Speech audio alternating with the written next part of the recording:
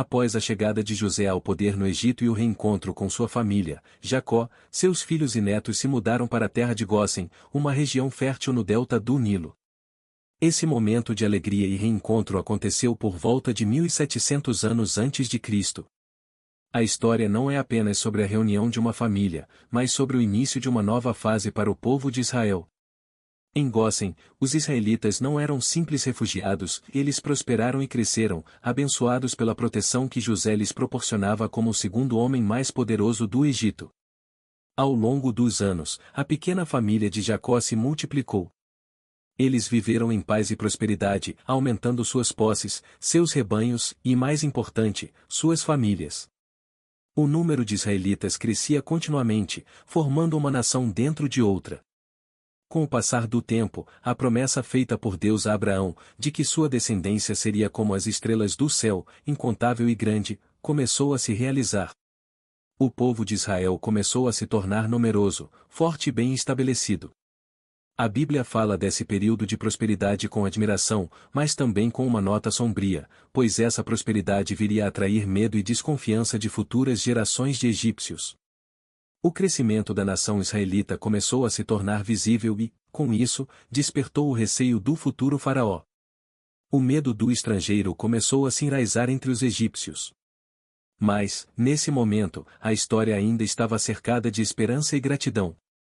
Durante os anos que José viveu e governou, sua influência manteve o equilíbrio.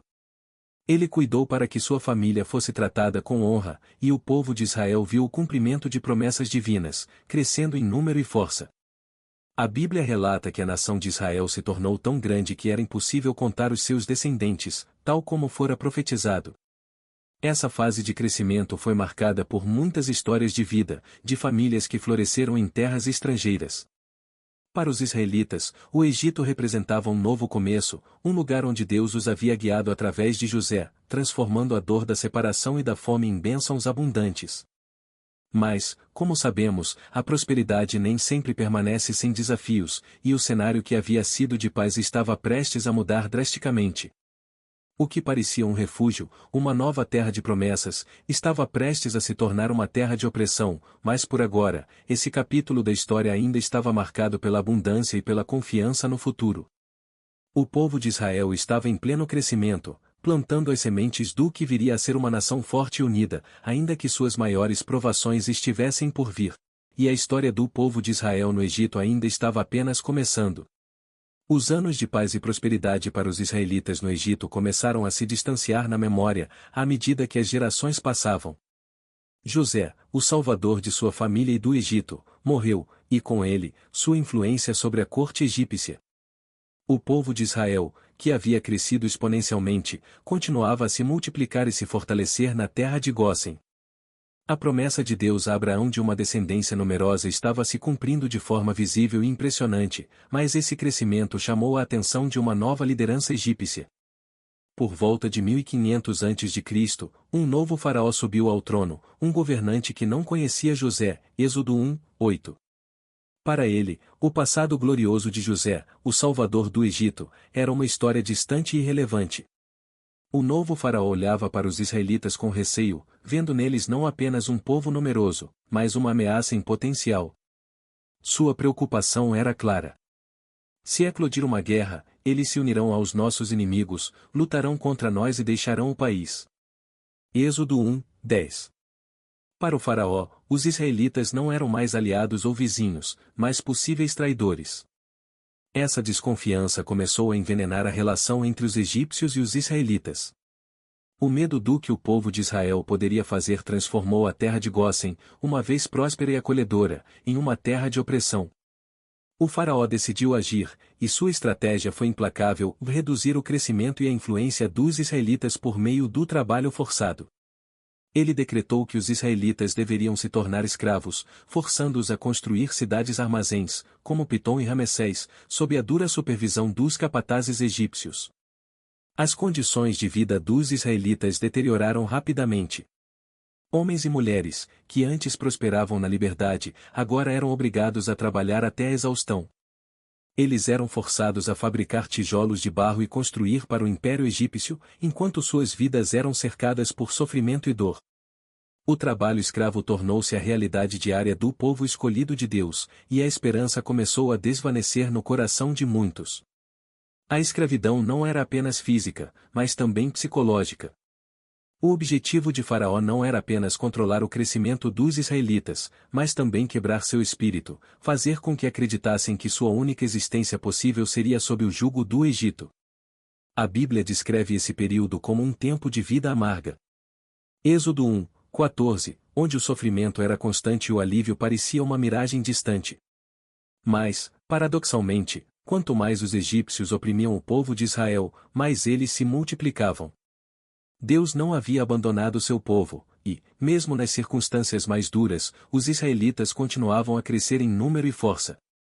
Esse crescimento contínuo só intensificou o medo de Faraó, que começou a ver que sua estratégia de escravização não estava funcionando como ele esperava. Assim, Faraó planejava algo ainda mais terrível. Mas, por enquanto, o povo de Israel permanecia no Egito, oprimido, mas não destruído. Eles carregavam a promessa de seus antepassados e o anseio por libertação, ainda que não soubessem como ou quando ela viria.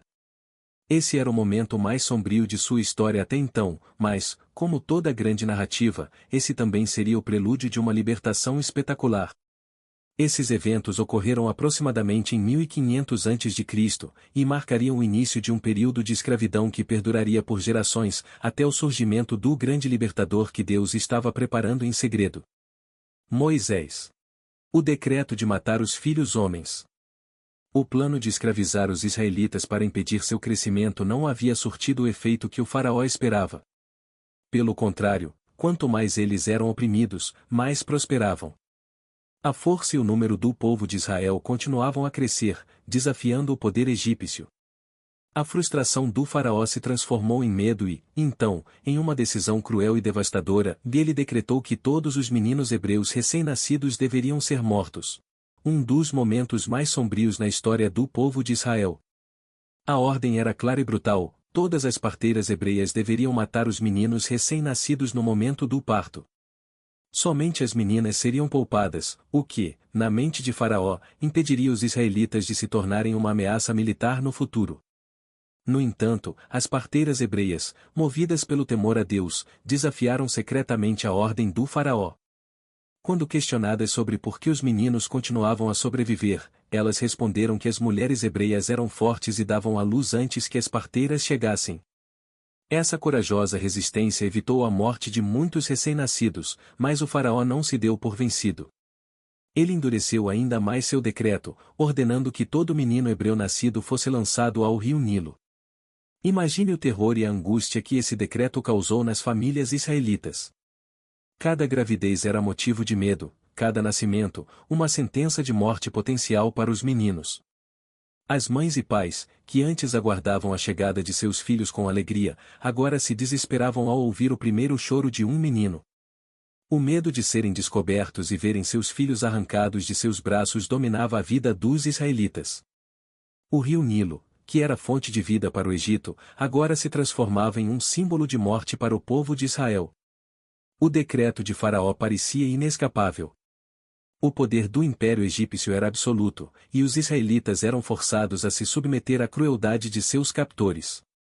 Muitos perderam seus filhos para o rio, lançados sem piedade, e o sofrimento tomou conta da nação de Israel, que já vivia oprimida pela escravidão. No entanto, mesmo em meio a tanta dor, a fé e a resistência ainda pulsavam nos corações dos israelitas. Eles sabiam que a promessa de Deus a Abraão não seria anulada. A mesma fé que havia sustentado seus antepassados agora os mantinha de pé, mesmo em meio à perseguição mais implacável. A Bíblia não nos dá todos os detalhes das vidas que foram perdidas nesse período, mas podemos imaginar o lamento que ecoava nas casas de Israel. No entanto, em meio a esse cenário de escuridão, uma esperança estava prestes a nascer. Um menino, destinado a mudar o curso da história, estava para vir ao mundo, e sua mãe tomaria uma decisão que ecoaria por gerações. A opressão e o decreto de Faraó pareciam esmagadores, mas mal sabia ele que seu plano seria frustrado pelo nascimento daquele que libertara o povo de Israel. A história estava prestes a tomar um rumo inesperado e milagroso, e o plano divino se desenrolaria de maneira que nem o mais poderoso dos faraós poderia deter. Esses eventos marcaram o ápice do sofrimento dos israelitas, mas também plantaram as sementes para a libertação que logo viria. O nascimento e a proteção de Moisés. Em meio à opressão e ao terrível decreto de Faraó, que ordenava a morte de todos os meninos hebreus, nasceu um menino que mudaria o destino do povo de Israel. A criança era Moisés, um nome que se tornaria sinônimo de libertação e fé. Mas, no início de sua vida, ele era apenas mais uma criança ameaçada pelo cruel decreto do Faraó. A mãe de Moisés, Joquebede, era uma mulher corajosa e cheia de fé. Quando ela deu à luz Moisés, algo em seu coração lhe disse que ele era especial, que havia um propósito maior para a vida de seu filho. Por 3 meses, ela e sua família esconderam o bebê, protegendo-o dos guardas egípcios que patrulhavam em busca de meninos israelitas. Imaginem o medo que eles enfrentavam diariamente, qualquer barulho ou visita inesperada poderia significar a descoberta e a morte de seu filho. No entanto, quando se tornou impossível continuar escondendo o bebê, Joquebede tomou uma decisão desesperada, mas cheia de fé. Ela preparou um cesto de junco, cobrindo-o com betume e piche para que fosse à prova d'água. Colocou Moisés no cesto e o deixou à deriva no rio Nilo, exatamente o mesmo rio que havia se tornado um símbolo de morte para os meninos israelitas. Mas, dessa vez, o rio seria um instrumento de salvação. A irmã de Moisés, Miriam, acompanhou o pequeno cesto enquanto ele flutuava pelas águas do Nilo. Seu coração devia estar apertado, cheia de esperança e medo ao mesmo tempo. Ela observava de longe, sem saber o que poderia acontecer. O cesto foi levado pelas correntes, até que um milagre aconteceu, ele chegou até as margens onde a filha do faraó estava se banhando. Ao encontrar o bebê, a filha do faraó sentiu compaixão. Ela sabia que ele era um menino hebreu, mas, em vez de obedecer ao decreto de seu pai, ela decidiu salvar a vida da criança. A ironia divina é notável, o menino destinado a salvar o povo de Israel foi criado dentro do próprio palácio de Faraó, onde o decreto para matar meninos como ele havia sido promulgado. Miriam, corajosa e atenta, aproximou-se da filha do Faraó e ofereceu uma solução, sugeriu que uma mulher hebreia amamentasse o bebê.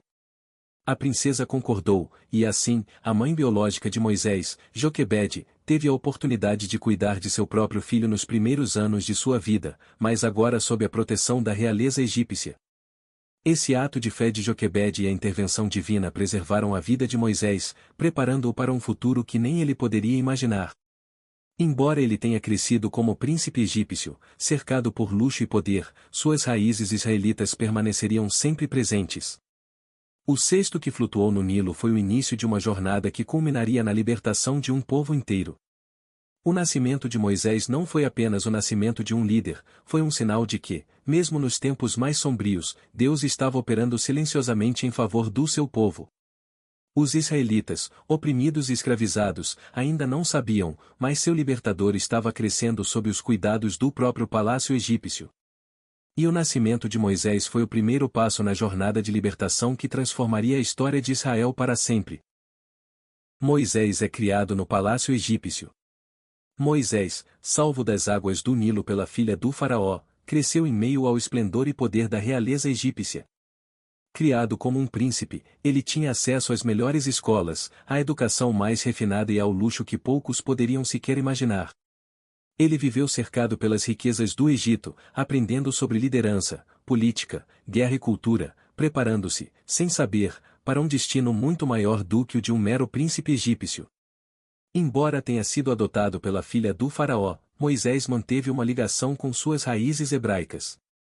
A filha do faraó contratou Joquebede, a própria mãe biológica de Moisés, para ser sua ama de leite. Durante seus primeiros anos de vida, Moisés foi amamentado e criado por sua mãe, o que certamente plantou em seu coração a semente de sua verdadeira identidade. Mesmo sendo tratado como parte da família real, Moisés sabia que era diferente, que fazia parte de um povo que, fora das muralhas do palácio, vivia sob o peso da opressão e da escravidão. Conforme Moisés crescia, ele não apenas se tornava um homem educado e preparado, mas também se tornava consciente do sofrimento de seu povo. Ele ouvia os murmúrios sobre os israelitas que trabalhavam incansavelmente nas construções faraônicas, sobre a dor e as privações que enfrentavam diariamente. Embora sua vida fosse cercada de conforto, ele não conseguia ignorar o chamado de seu coração. A Bíblia não detalha exatamente como foi esse despertar interno de Moisés, mas podemos imaginar o conflito que ele sentia entre o mundo de privilégios que o cercava e o sofrimento que seus irmãos enfrentavam. Ele via o contraste entre o luxo do palácio e a miséria das ruas, entre a glória do Egito e a opressão do povo de Israel. Moisés começou a perceber que, embora criado como egípcio, ele não pertencia a esse mundo. Então, um dia, tudo mudou. Quando Moisés já era adulto, em uma de suas caminhadas fora do palácio, ele viu um oficial egípcio espancando um hebreu. O sangue de Moisés ferveu de indignação. Sem pensar duas vezes, ele interveio em defesa do homem israelita e, em um ato impulsivo, matou o oficial egípcio. Ele escondeu o corpo na areia, mas a notícia de seu ato rapidamente se espalhou. O príncipe Moisés, herdeiro adotivo da filha do faraó, havia se revelado como defensor de seu povo de sangue. O faraó, ao descobrir o que Moisés havia feito, ficou furioso. Moisés, que até então era um protegido do palácio, agora era visto como um traidor. A vida que ele havia conhecido até então desmoronava diante de seus olhos. Sem escolha, Moisés fugiu para o deserto de Midian, onde sua jornada de príncipe se transformaria em algo muito maior. Em Midian, Moisés se distanciou da vida que um dia conhecera, vivendo como pastor, um homem simples e humilde. Ele construiu uma nova vida, longe dos esplendores do Egito, mas essa fuga não era o fim de sua história. Na verdade, era apenas o começo de sua verdadeira missão. A história de Moisés até esse ponto havia sido cheia de contrastes, de bebê escravo a príncipe, de herói acidental a fugitivo. E agora, no silêncio do deserto, ele estava sendo preparado para o chamado que mudaria o destino de uma nação. Esses eventos marcaram o fim de uma era de privilégios para Moisés e o início de uma transformação profunda. Ele havia deixado para trás o palácio, mas o chamado de Deus para libertar o povo de Israel ainda estava por vir. E assim, a história de Moisés, que começou com uma sentença de morte, nos ensina uma lição poderosa: mesmo em meio às circunstâncias mais sombrias, Deus tem o controle de tudo. A coragem de sua mãe e o inesperado ato de compaixão da filha de Faraó mostram que, quando parece não haver saída, há um plano maior em ação. Pense nisso, e quantas vezes em sua vida você se sentiu encurralado, sem saber o que fazer, mas depois percebeu que algo maior estava cuidando de você. Essa história é um convite para você confiar, para acreditar que há esperança onde só enxergamos desespero. E se Moisés, que nasceu sob uma sentença de morte, pôde se tornar o libertador de uma nação, o que você pode conquistar quando coloca sua confiança nas mãos de Deus? Se essa história tocou você, se te fez refletir, não saia ainda. Deixe seu comentário aqui embaixo, compartilhe esse vídeo com alguém que precisa ouvir essa mensagem e, claro, se inscreva no canal para mais histórias inspiradoras.